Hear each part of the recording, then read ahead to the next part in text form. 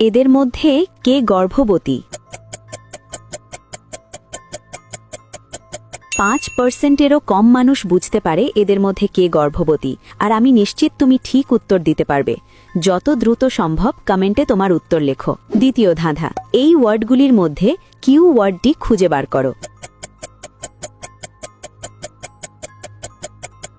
খুঁজে পেলে লাইক বাটনে ক্লিক করো, যেন আমি বুঝতে পারি তুমি সঠিক দেখেছ।